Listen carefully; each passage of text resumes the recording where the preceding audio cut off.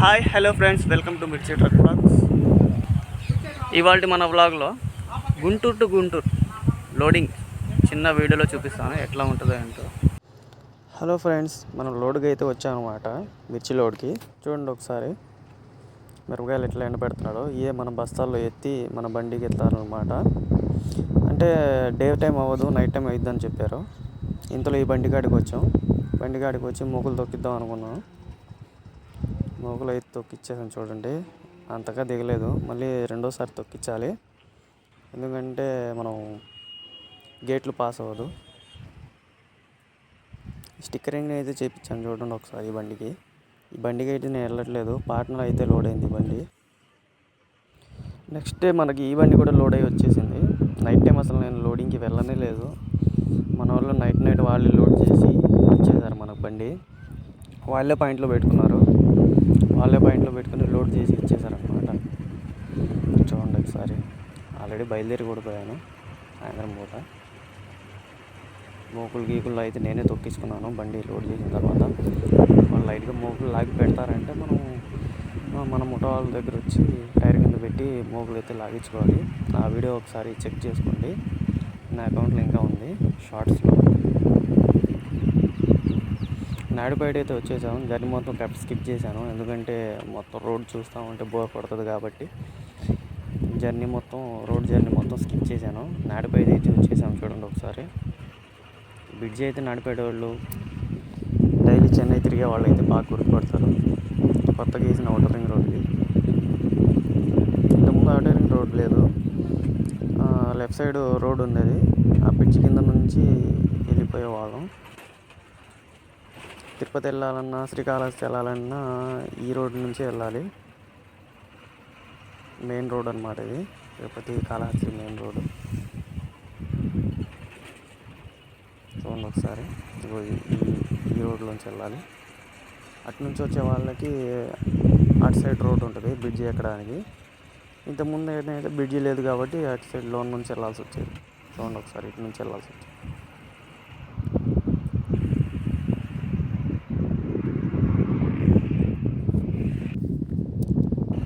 ఇదిగోండి, మిగతా జర్నీ కూడా స్కిప్ చేశాను. బార్డర్కి అయితే వచ్చేసాము ఇప్పుడు, చెన్నై బార్డర్కి. బార్డర్ చూడండి ఎట్లా ఉంటుందో, బళ్ళు ఎట్లా అవుతాయి ఏంటన్నది మీరు ఒకసారి చూపిస్తాను చూడండి. ఇప్పుడే ఎంటర్ అవుతున్నాం. మెయిన్ రోడ్ అనేది క్లోజ్ చేస్తారు, ఎందుకంటే అటు నుంచి బళ్ళు వెళ్ళిపోతాయి కాబట్టి సర్వీస్ రోడ్లోకి డైవర్ట్ చేసి అటు నుంచి బార్డర్లోకి డైవర్ట్ చేస్తారు ట్రాఫిక్ని. చిన్నగా అయితే ఏముండదు ఫ్రెండ్స్, బార్డర్ అనేది చాలామంది అనుకుంటారు చాలా పెద్దగా ఉంటుంది. కాటాల దగ్గర అక్కడ మనం వీడియో కెమెరాలు తీయకూడదు కాబట్టి అక్కడ దాకా అయితే తీయను. ఓన్లీ బార్డర్ అనేది ఎట్లా ఉంటుందో దూరం నుంచి చూపిస్తాను చూడండి ఒకసారి. అంటే కొన్ని బార్డర్లు పెద్దవి ఉంటాయి, కొన్ని బార్డర్లు చిన్నవి ఉంటాయి. ఈ బార్డర్ అయితే మహారాష్ట్ర బార్డర్ పెద్దది. మహారాష్ట్రలో చిన్న బార్డర్లు కూడా ఉన్నాయి. ఈ బార్డర్ చూడండి, సేమ్ ఇంతే ఉంటుంది చాలా చోట్ల. కొన్ని చోట్ల మాత్రం ట్రాఫిక్ తక్కువ ఉన్న చోట సింగిల్ రోడ్లోనే సైడ్లు బార్డర్లు పెట్టేస్తారు. చూడండి చెన్నై బార్డర్ ఎంత పెద్దగా ఉందో. ఆ గ్రీన్ బోర్డులు కనబడుతున్నాయి కదా, దగ్గర 10 లైన్స్ ఉంటాయి ఆడ. 10 లైన్స్ ఓపెన్ చేయరు, అంత ఫ్లోటింగ్ లేదు కాబట్టి ఒక లైన్ ఓపెన్ చేస్తారు. ఇదిగోండి ఫ్రెండ్స్, పక్కన ఆపుకున్నాం, ఎందుకంటే మీకు ట్రాఫిక్ అనేది ఎట్లా ఉంటుందో, ఎట్లా ఎంటర్ అవుతాయో చూపించాలి కదా. ఎన్ని బళ్ళు ఆగినాయి చూడండి. ఈ సైడ్లో ఎందుకు ఆపానంటే నాకు బిల్లులు కనబడలేదు. బిల్లులు చూసుకుందామని పక్కకు ఆపాను. బిల్లులు చూసుకొని మనం కూడా ఎంటర్ అయిపోవాలి ఆ లైన్లోనే, లేకపోతే చాలా టైం పట్టేసిద్ది వెళ్ళకుండా. ఎందుకంటే లైన్గా బళ్ళు వస్తూ ఉంటాయి కాబట్టి మనం ఆ లైన్లో ఎంటర్ అవ్వాలంటే కొంచెం కష్టం. బళ్ళు లైన్ చూసుకొని ఎంటర్ అయిపోవాలి. ఆల్రెడీ బార్డర్ అయితే పాస్ అయిపోయాం ఫ్రెండ్స్. వాళ్ళ ఫార్మాలిటీస్ ఏముంటాయో అవి కంప్లీట్ చేసి బార్డర్ అయితే దాటేసాం. ఇంక ఇక్కడ నుంచి మళ్ళీ చెన్నైలో ఒక 40-45 కిలోమీటర్స్ జర్నీ చేయాలి. ఇదిగోండి బార్డర్ నుంచి అయితే ఎగ్జిట్ అవుతున్నాం. చూడండి ఒకసారి.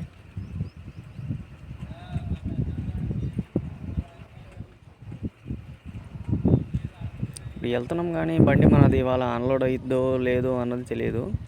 ఇంతలో వెళ్తుండగా మీకు చాలామంది చూసే ఉంటారు హైవేలో చూడండి, వైండ్ మిల్ అంటారు కదా, కరెంట్ తయారైద్ది, దాని ఒక రెక్క మాత్రమే ఇది. మామూలుగా ఈ గుజరాత్ గోధ్రా నుంచి జర్నీ అవి వస్తూ ఉంటాయి. గోధ్రాలో ఇటు ప్లాంట్ ఉంది, మ్యానుఫ్యాక్చరింగ్ ప్లాంట్. ఆల్రెడీ గుజరాత్ తిరిగాం కాబట్టి చెప్పగలుగుతున్నాను గోధ్రాలో ఉందని. గుజరాత్ గోధ్రాలో దీని మ్యానుఫ్యాక్చరింగ్ ప్లాంట్ ఉంది. అలాంటి జర్నీలు చేయాలంటే చాలా రిస్క్ ఫ్రెండ్స్. అది గుజరాత్ నుంచి మన బళ్ళు ఆంధ్రాలోకి రావాలంటే 3 days పడుతుంది. ఆ బండికి దగ్గర 15 to 20 days పడుతుంది. ఎందుకంటే ట్రాఫిక్ ఇవన్నీ చూసుకొని రావాలి కదా. పాయింట్కి అయితే వచ్చేసాము. నైట్ టైం కాబట్టి అన్లోడ్లో ఏమి ఉండవు.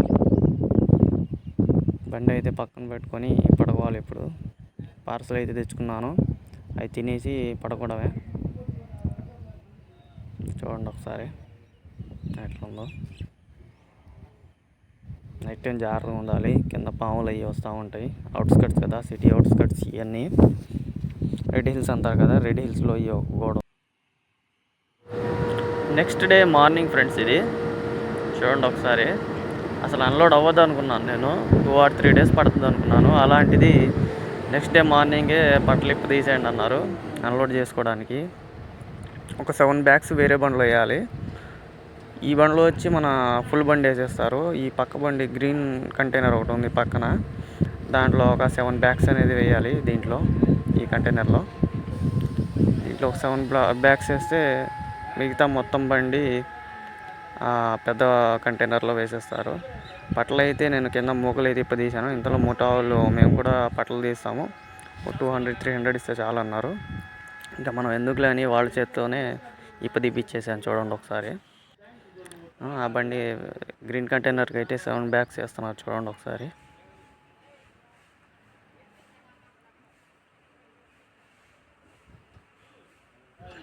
పైన ఎక్కేటప్పుడు చాలా జాగ్రత్తగా ఉండాలి ఫ్రెండ్స్, ఎందుకంటే చాలా హైట్ మీద ఉంటుంది కదా, జాగ్రత్తగా చూసుకొని ఎక్కాలి, లేకపోతే కింద పడే అవకాశం ఉంటుంది. ఇవన్నీ 25 kg బ్యాగ్స్. ఇవన్నీ ఈ షిప్ ద్వారా వేరే ఇతర దేశాలకు వెళ్తాయి. మన బండి తర్వాత ఆ బండి కూడా పక్కన పెట్టి చేస్తారు. దాని కంటైనర్ ఇంకా రాలేదంట, ఆల్రెడీ రన్నింగ్లో ఉంది కంటైనర్.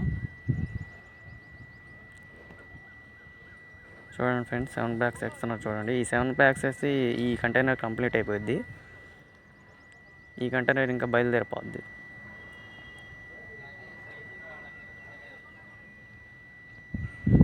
సెవెన్ బ్యాగ్స్ అయితే వేసేసారు ఫ్రెండ్స్. ఈ బండి అయితే ఇంకా బయలుదేరిపోయింది. అది కంప్లీట్, ఇంకా కాటా పెట్టుకొని వెళ్ళిపోవడమే. ఇంకా ఈ బండికి అయితే మన బండి అన్లోడ్ చేస్తున్నారు. చూడండి, సగం అన్లోడ్ చేశారు. చూద్దాం ఏ టైం దాకా అన్లోడ్ చేస్తారో. ఈ బండికి కూడా కంటైనర్ వచ్చేసింది. ఇంతలో ఈ బండి కూడా పట్టలిప్పు తీసి దీనికి కూడా లోడ్ చేయాలి. కానీ మన బండికి అయితే కొంచెం బయట గాలి ఆడతాయి కానీ ఫ్రెండ్స్, ఈ బళ్ళకైతే లోన కంటైనర్లో ఉన్న వాళ్ళకైతే అసలు గాలి అస్సలు ఆడదు, చెమటలు పట్టిపోతూ ఉంటారు. ఇదిగోండి ఐసరు, ఆ 2 బళ్ళు అవి కూడా 4 days ముందే వచ్చినాయి, కానీ అన్లోడ్ కాలేదు. మన అదృష్టం ఏంటంటే మన బళ్ళు అన్లోడ్ అవ్వడం మన అదృష్టం.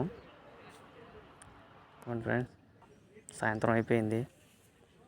అంటే ఈ టీ బ్రేక్లు ఇవన్నీ ఉంటాయి కదా, అందుకని కొంచెం లేట్ అయింది. నా బండి ఫస్ట్ అవ్వదు అనుకున్నాను, కానీ అవ్వలేదు. ఈ 2 బళ్ళు ఒకేసారి అన్లోడ్ అయ్యేటట్టుంది.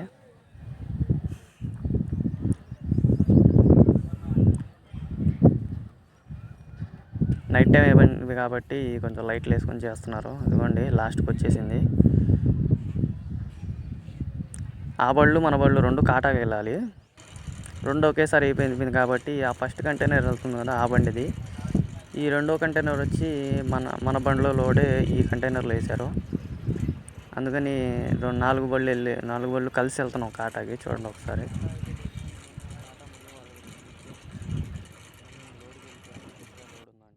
ఇదిగోండి బండి పొద్దున్నే లోడ్ అయిపోయింది. పొద్దున్న 4-5 లోడ్ అయిపోయింది. బట్టలు కట్టడానికి ఆపారనమాట. చూడండి ఒకసారి, ఈ నల్ల పుచ్చకాయ అంటారు కదా, ఇదే మన లోడు. ఇది నర్సాపేటకి లోడ్. ఇది చూడండి ఒకసారి,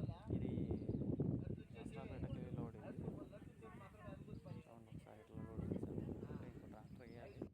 ట్రాక్టర్ అయితే కంప్లీట్ అయిపోద్ది. చెట్టు కింద అయితే ఎండకి తట్టుకోలేక చేశారు ఫ్రెండ్. 8ంటికి అసలు ఫుల్ ఎండ వచ్చేస్తుంది. చూడండి ఎట్లా ఉందో క్లైమేట్.